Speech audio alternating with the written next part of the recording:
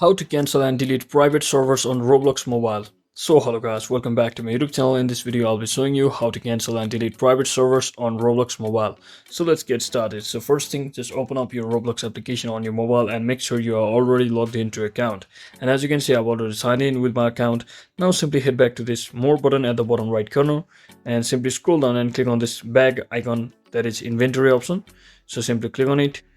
And once you click on it, you should see there's under category there's accessories. So just tap on this drop down menu and you should see, or you can just scroll all the way down until you see the option that is private servers. Simply select it. So simply select private servers from over here. As you can see, I don't currently have any private servers, so simply let me show you from an example.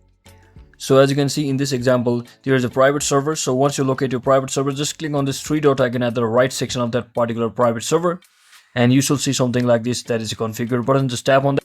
And from over here, all you have to do is just click on this subscription status to disabled if it's enabled, and you can also click on this allow joining to disabled to make sure no one can join that server. And just like that, you have successfully disabled or turned off, cancelled the private server on Roblox.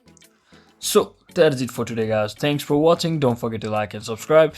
See you on the next one.